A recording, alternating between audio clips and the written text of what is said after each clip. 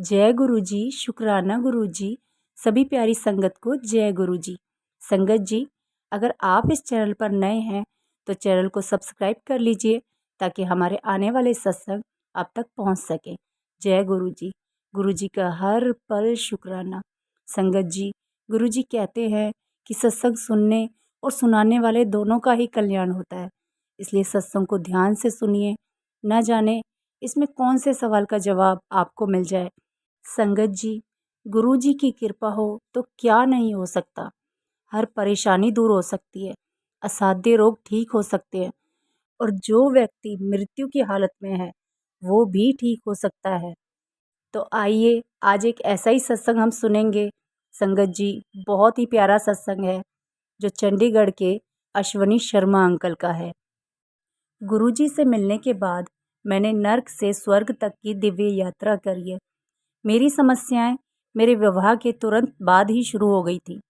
मेरी पत्नी गीता, उसको कष्टदायक अस्थमा रहता था। वह रात भर सो नहीं पाती थी और घबराई रहती थी क्योंकि उसकी माँ भी अस्थमा से पीड़ित रहती थी। अतः उसे पता था कि इस रोग की पीड़ा कैसा रूप धारण कर सकती है। जैसे यह कम नहीं था कि मेरी बेटी तानिया को भी दमा हो गया। पूरा परिवार परेशान रहता था। उनकी दवाइयों के लिए मैं बाजार में चक्कर काटता रहता था। उनका आहार बहुत ही संतुलित रहता था। वह अति क्षीण हो गए और उनके शरीर और मुख का रंग काला पड़ गया था। फिर इस दास को गुरुजी के दर्शन का सौभाग्य प्राप्त हुआ। केवल गुरुजी को ही हमारी इस नरकीय जीवन का ज्ञान था। वह असंभव को भी संभव कर सकते थे। इस प्रकार गुरुजी के मात्र कल्याण कर दित्ता कहने से गीता और तानिया दोनों स्वस्थ हो गए। किसी ने मेरे से पूछा कि किसी के कल्याण कर दित्ता कहने मात्र से कोई असाध्य रोग से कैसे मुक्ति पा सकता है। वास्तव में मनुष्य के लिए संभव नहीं है, पर गुरुजी तो स्वयं ईश्वर है और ईश्वर वह सब कर सकता है जो सामान्यतः सबके लिए संभव नहीं है। गुरुजी के आशीष सर्व फलदायी हैं। अपनी पत्नी और पुत्री के स्वस्थ होने के पश्चात मुझे लगा कि मैं स्वर्ग में हूँ। थोड़े दिनों के बाद मुझे गुरुजी की सहायता की आवश्यकता पड़ी। 5 अगस्त 2004 की रात्रि को मेरी छाती में पीड़ा होने लगी। डॉक्टर के पास जाने पर उसने मुझे प्राथमिक चिकित्सा देकर मुझे घर लौटकर आराम करने को कहा। प्रातःकाल उठने के आधे घंटे बाद वही परेशानी फिर से शुरू होने लगी। उसके साथ ही उल्टे हाथ में बहुत दर्द था। ये सब हार्ट अटैक के लक्षण थे। डॉक्टर ने पुनः प्राथमिक उपचार करके मुझे लुधियाना के हीरो हार्ट सेंटर में ईसीजी करवाने के लिए भेज दिया। मैंने अपने एक मित्र से मुझे गुरुजी के पास ले जाने की विनती करी। अगले दिन 6 अगस्त को उन्होंने मुझे गुरुजी का चित्र दिया। मेरी वेदना तुरंत समाप्त हो गई। 7 अगस्त को डॉक्टर ने परीक्षण करने पर देखा कि मेरे हार्ट की 2 नसें ब्लॉक थीं। उन पर सर्जरी की गई और उस दिन शाम को मेरी हार्ट बीट रुक गई। मुझे मृत घोषित कर दिया गया। तथापि डॉक्टर की इस घोषणा के बाद मुझे पुनः चेतना आ गई। मुझे यह नहीं पता था कि कितना समय बीत गया था। डॉक्टर को झटका तब लगा जब मैंने उनके मेरे नाम और पते से संबंधित सभी प्रश्नों के उत्तर दिए। यह देखकर कि मैं प्रश्नों के उत्तर दे रहा हूँ, वह मुझे तुरंत सर्जरी रूम में ले आए। उन्होंने स्वीकार किया कि मैंने उन्हें अत्यंत भयभीत कर दिया था। मुझे पता है कि मैं आज गुरुजी के कारण जीवित हूँ। मृत होने के पश्चात केवल ईश्वर ही नवजीवन प्रदान कर सकते हैं, अतः गुरुजी ईश्वर है। शीघ्र ही डॉक्टर्स ने पूछा कि मैं हॉस्पिटल में क्या कर रहा हूँ, क्या मुझे घर नहीं जाना? निश्चित ही मुझे घर जाने की उत्सुकता थी। संगत के 2 सदस्य और मित्र श्री नरेंद्र और उनकी पत्नी मुझे दिल्ली से मिलने आए।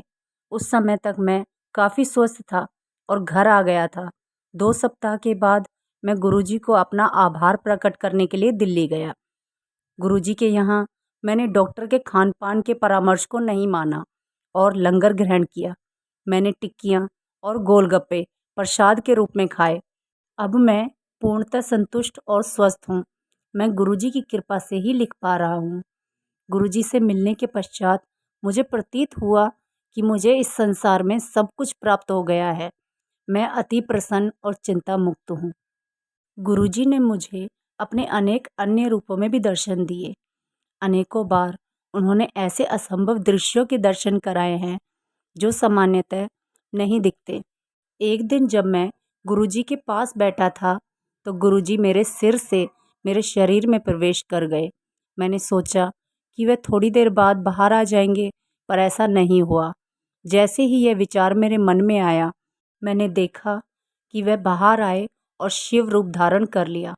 माँ गंगा ने उनके केशों से निकलकर मेरे शरीर में प्रवेश किया और उसके पश्चात उसके शरीर से शेषनाग ने निकलकर इस दास के कपाल से प्रवेश किया। शेषनाग ने ओम और ओम नमः शिवाय मेरे पूरे शरीर पर लिख दिया। शेषनाग ने मेरे शरीर से स्टेंट भी बाहर निकालकर फेंक दिए। अब वह मेरे शरीर और हृदय की देखभाल करते हैं। गुरुजी ने मुझे बताया कि शेषनाग सदा मेरे शरीर में रहेंगे। फिर उन्होंने एक चाकू निकालकर मेरा त्रिनेत्र बनाया और वहाँ बैठ गए। मेरे पैर काट कर नए पैर लगाए जिन पर ओम नमः शिवाय अंकित था। उन्होंने कहा कि यह वहीं जाएंगे जहाँ पर अब सब ठीक रहेगा। फिर उन्होंने मेरे चक्षु निकालकर वहाँ पर मयूर पंख से ओम लिखा और कहा, यह केवल वही देखेंगे जो अच्छा होगा, ये बुरा नहीं देखेंगे। गुरुजी सदा मेरे साथ रहते हैं। हम अपने परिवार के सदस्यों और मित्रों को छोड़ सकते हैं, पर गुरुजी हमारे साथ रहते हैं। वह हमारी समस्त चिंताएं दूर कर हमें आनंद प्रदान करते हैं। गुरुजी इस जीवन में मेरे लिए सब कुछ हैं। मेरे पिता, माता और मित्र। मैं उनके बिना नहीं रह सकता। मैं स्वयं अपने आप को और अपने बच्चों को उनके चरणों में समर्पित करता हूँ। मैंने जब भी चाहा है, गुरुजी ने मुझे शिव रूप में दर्शन दिए हैं और उनसे माँ गंगा ने मेरे सिर में प्रवेश किया है।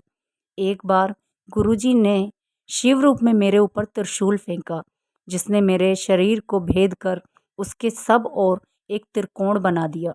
गुरुजी ने कहा कि वह सदा मेरे साथ रहेगा। कुछ अंतराल के बाद गुरुजी ने मेरा हृदय निकालकर एक नया हृदय लगा दिया और कहा कि अब कोई भी समस्या नहीं होगी।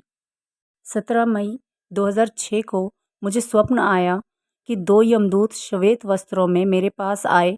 वह कह रहे थे कि मेरा समय समाप्त हो गया है और साथ चलने को भी कहा।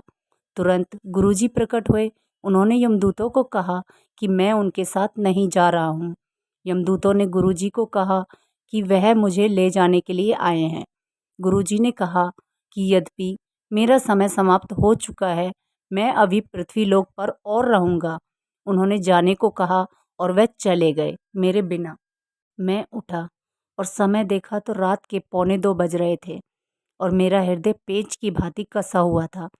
गुरुजी ने पुनः मेरे जीवन की रक्षा करी थी और मैंने उनका धन्यवाद किया। उन्होंने मुझे बार बार जीवन प्रदान किया। मेरी उनसे विनती है कि वह 100 जन्मों तक मुझे अपने कमल चरणों में स्थान दे और मैं उनकी अभिलाषा के अनुसार कार्यरत रहूं। मैं अपने आप को उन्हें सुपुर्द करता हूँ। मुझे उनके साथ अपनी अनुभूतियों का अधिक ज्ञान नहीं है। मैं जब भी उनकी तरफ देखता हूँ, मुझे आकाश में उनके दिव्य रूप पर गुलाब की पंखुड़ियाँ गिरती हुई दिखाई देती हैं। मैं उनकी दया से नर्क से स्वर्ग तक गया हूँ और प्रार्थना करता हूँ कि मैं उनकी आशा के अनुरूप कार्य करता रहूँ और किसी भी कारण से कभी भी विचलित ना हूँ। जय गुरु जी। शुक्राना गुरु जी। संगत जी, जैसे गुरु जी ने अश्वनी अंकल पर अपनी कृपा की, ऐसे ही सभी पर गुरु जी की कृपा हो। जय गुरु जी। शुक्राना गुरु जी। गुरु जी का हर पल शुक्राना। शुक्राना मेरे मालिक। जय गुरु जी।